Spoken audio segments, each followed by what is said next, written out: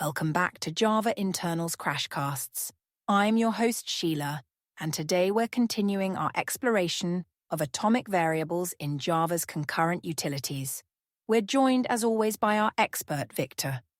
Victor, are you ready to dive into atomic reference? Absolutely, Sheila. I'm excited to discuss this powerful tool in Java's concurrency toolkit. Great. Before we start, let's remind our listeners that we've already covered atomic integer, atomic long, and atomic boolean in our previous episode. Today, we're taking it up a notch with atomic reference. But first, let's start with a quiz question for our listeners. Here it is. In a multi-threaded environment, why might you choose to use an atomic reference over a synchronized method when updating an object reference? That's an excellent question, Sheila.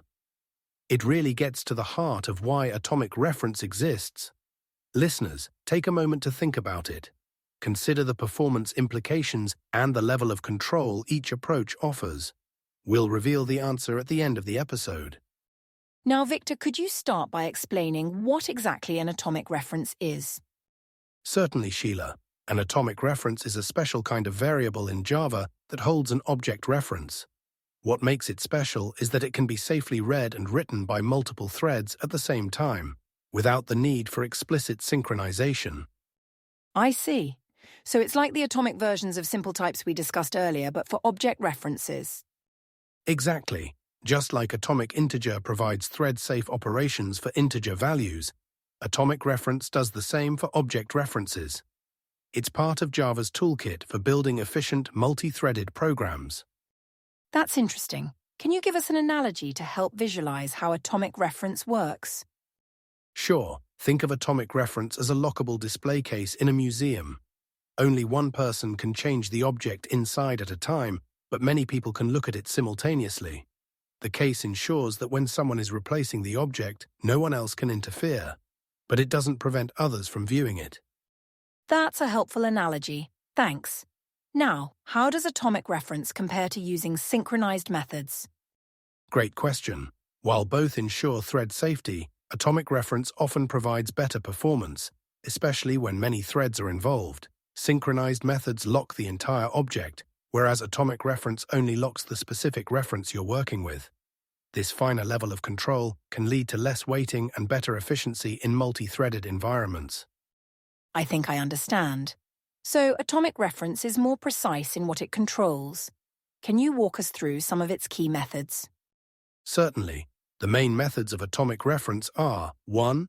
Get, which returns the current value, 2. Set, which changes the value, 3. Compare and set, which changes the value only if it matches what we expect, and 4. Get and set, which changes the value and tells us what the old value was. These methods allow you to perform thread-safe operations on the reference. That's helpful.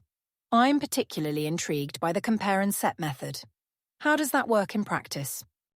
The compare and set method is really powerful. It lets you update the reference only if it currently holds a specific value. This is crucial for implementing efficient, thread-safe algorithms. For example, you might use it when you want to update a shared configuration object, only if it hasn't been changed by another thread. I see. Can you give us a real-world example of where atomic reference might be used? Certainly. One common use case is in caching systems. Imagine you have a cache that stores the result of a time-consuming calculation. You want to update this cache periodically, but you don't want multiple threads to perform the same calculation at the same time. Atomic reference can help here by ensuring that only one thread updates the cache, even if multiple threads try to access it simultaneously. That's a great example, Victor. Now, are there any common pitfalls or best practices we should be aware of when using atomic reference? Absolutely, Sheila. One common mistake is assuming that because you're using atomic reference, all operations on the referenced object are automatically thread-safe. Remember, atomic reference only makes the reference itself thread-safe, not the object it points to. As for best practices, it's important to use atomic reference when you need fine-grained control over concurrent operations. If you find yourself using multiple atomic operations in sequence, it might be better to use traditional synchronization instead. That's valuable advice, Victor. Now, as we're nearing the end of our episode, could you share an interesting fact about atomic reference? Sure, here's an interesting tidbit. Atomic reference uses a clever technique called compare and swap under the hood. This is a special instruction provided by most modern computer processors.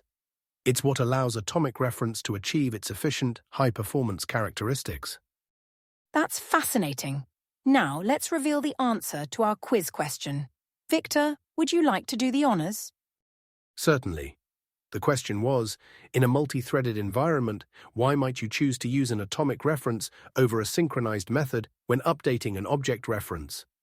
The answer is that atomic reference often provides better performance and efficiency than synchronized methods, especially when many threads are involved. It allows for more precise control, as it only locks the specific reference you're working with, rather than the entire object or method. This can lead to less waiting and better overall performance in multi-threaded scenarios. Excellent explanation, Victor. To summarize today's episode, 1. Atomic reference provides thread-safe operations for object references. 2. It offers better performance and efficiency compared to synchronized methods in many scenarios. 3. Key methods include get, set, compare and set, and get and set. 4. It's useful in scenarios like caching systems where precise concurrency control is needed. 5. Remember, atomic reference makes the reference thread-safe, not the object it points to. In our next episode, we'll be discussing atomic integer array and atomic long array, exploring how atomic operations work with arrays. Don't forget to subscribe to Java Internals Crashcasts and leave us a rating if you're enjoying the series. Until next time, happy coding!